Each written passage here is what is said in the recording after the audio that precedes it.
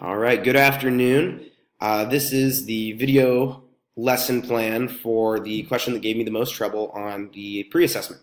So that question is, during the year, the size of the population of deer in a forest are most affected by A, rainfall, B, sunlight, C, height of trees, D, rainfall and sunlight, E, rainfall and height of trees, or F, sunlight and height of trees.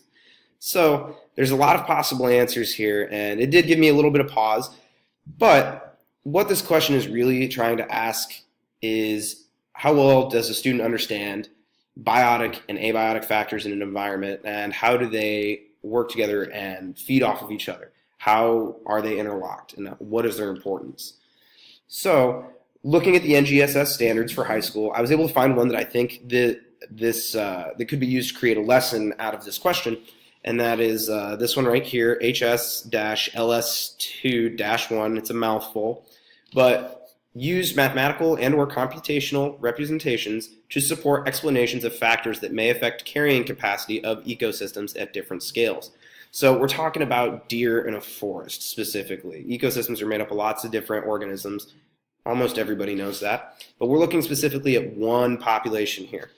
So I think it'd be really good to try and find some data about about a population of deer within a region, and then take a look at some of these different abiotic factors that could play into an environment and see what are some of the relations between them, and then use some math and some computer software to try and figure out, okay, how do these work with each other, to try and find the correct answer based on this. So I'm going to come over here. The first place that I would push students to do is get into groups, maybe partners or groups of 3, depending on how big your class is, and have them visit the Iowa Department of Natural Resources website.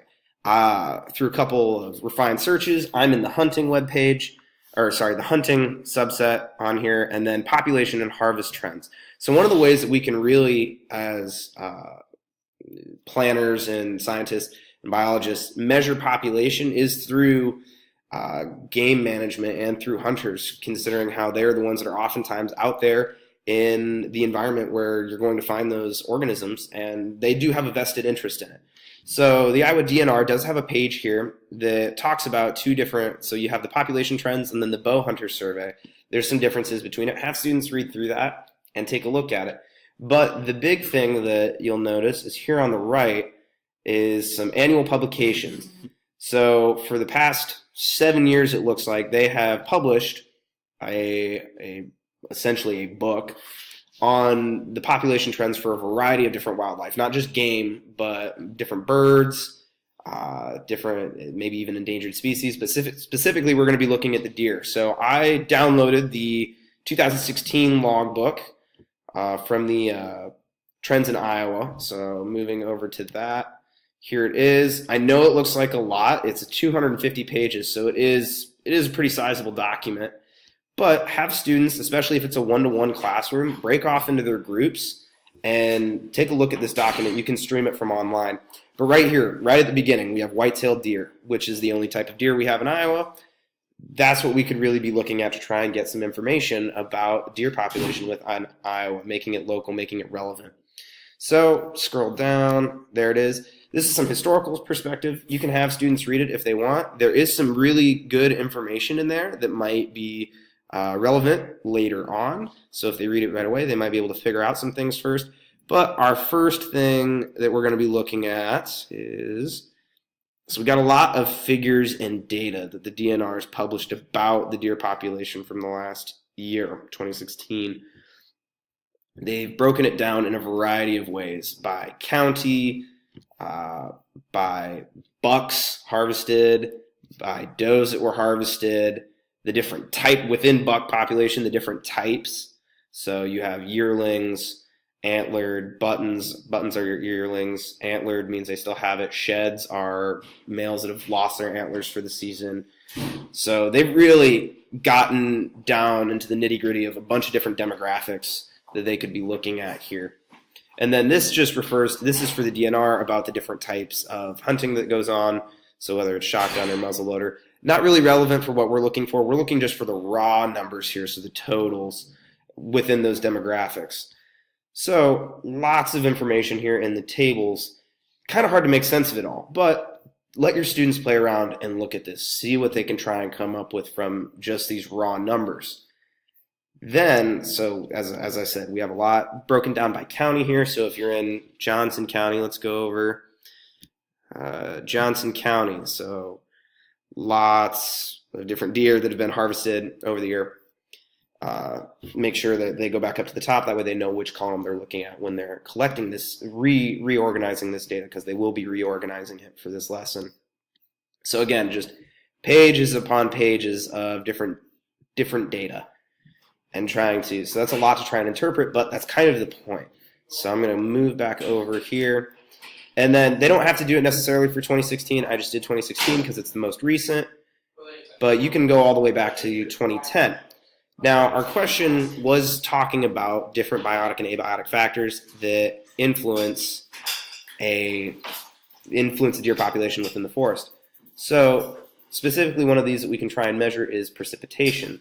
So if you come over to the United States Geological Survey, specifically for Iowa, you can find the average precipitation for 2016. So that's all we really have record for currently, so that's why I'm doing it, because it's the most recent. So it does break it down, again, pretty finely. So you have northwest Iowa, north central Iowa, northeast, west central, central, east central, southwest, south central, southeast. So again, breaking it down to those 9 different regions. It goes from January to December. It's important to keep in mind, since our question was specifically looking for rainfall, if we're in November, December, January, and February, this precipitation right here is probably not rain. This is probably snow. So you could have students, again, pick like a certain region. So if we're in Johnson County, I'd say probably east central Iowa. I'd probably be looking at this column right here for numbers and trying to see how that's going to influence it. But on its own, it's really not a lot. And again, with the deer population, that's not a lot. That's just kind of giving us some numbers. So the next point that would then be is to take these numbers along with whatever demographic within the deer population numbers from the DNR, put both of those into either an Excel spreadsheet or a Google Sheets spreadsheet, and then create a mathematical model that can interpret. That way you can better interpret the data. So over here we have kind of a walkthrough on how to do linear regression and trend lines in specifically Excel. I imagine Google Sheets is pretty similar. I'd rather use Excel personally. But a lot of times, I know I had never done this until last year. So this is a good opportunity for students to really familiarize themselves with their technology and the tools that are really available to them. So this is kind of a step-by-step. Instead of standing up there in front of them as a teacher and going, okay, first you do this, then you do this, this makes them do it on their own, so they're kind of picking up on how to do it. That way they can do it in the future. So have them make some linear regressions comparing rainfall in whatever region they want and deer population, whichever demographic they want, and seeing what they come up with. Is there a correlation between them? So if there's more rainfall, do we see more deer that are being harvested? And the amount of deer being harvested is essentially a portion of the overall deer population. So we can kind of assume in years where more deer are harvested, there's more deer in the population to be harvested.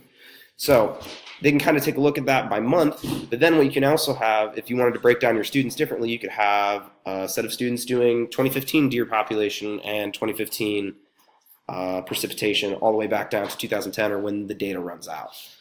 And then you could have all of that data averaged out and put together into a big class linear regression to try and see, okay, over the past 7 years or past 10 years, what are we noticing? Is there anything to notice? Is there any correlation or relationship between them? Because there might not be. But something tells me there could be. Once they have that, have a discussion as to why they think that's happening. What's going on? How did they look at their data? Did they look in the county specific? Did they go statewide? Did they look at does? Did they look at bucks? Did they look at both of them? It's important for them to really kind of think about what are they specifically looking at. Then try and find a reason why. So with that, I found a couple of sites that could potentially explain why our data looks the way it is. I think this one would probably be better for older students. But But this one right here is interesting. It has some decent graphics, kind of breaks down different factors in an environment. And if you have any students that need some assistive technology for reading, this one does narrate it when you open it up, which is kind of cool. Again, it seems like it's meant for maybe a bit of a younger audience, but that the fact that it does narrate could be really useful for someone that needs some AT. Now, with all of these, there could be a variety of different questions because how do we measure the height of trees in a region, and how do we measure sunlight? Because those are the other two aspects of the question. That could then be the next portion where you kind of let students go off on their own and try and come up with ways to compare that. So if we're doing kind of that three-part process with like the 2-page documents, the rainfall and deer population would have been one where we're doing it kind of together with some scaffolding there. The next part could be looking at sunlight and the height of trees. Might be a little difficult, but I would recommend going over here to the U.S. Department of Agriculture. Going back to that document originally with the historical context for white-tailed deer in the state of Iowa, there's some useful information in there that could kind of steer students in the right direction for some sources about what deer have. So maybe we don't have a ton of forest here in Iowa because we can't really measure the height of trees, but we do have a lot of farmland. And if you read that document, it talks about how deer can thrive in a variety of different environments, particularly grassland, farmland, and forest.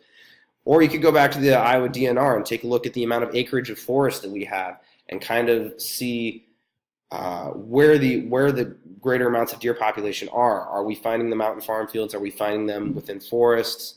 How are we doing that? And then here's a county map. In counties like Polk County, where Des Moines at, there's a lot of urban area. Are we finding a significant amount of deer there? Or in places like Plymouth County, are we finding more out there where it's more agrarian? Again, just really getting in and investigating it. I mean, by this point, we've probably accomplished that NGSS standard, but always encourage that curiosity and continuing to, because perhaps there's some more NGSS standards that could be fulfilled by delving deeper into this.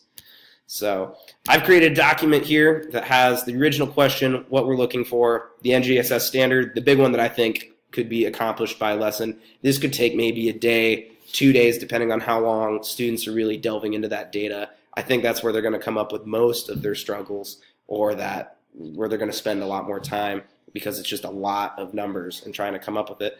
But aside from just completing the NGSS standard, you're going to be doing research using locally relevant sources from the DNR, the USDA, the USGS, data interpretation, creating those mathematical models, interpreting those mathematical models through a discussion, and then finding support for why those mathematical models are the way that they are.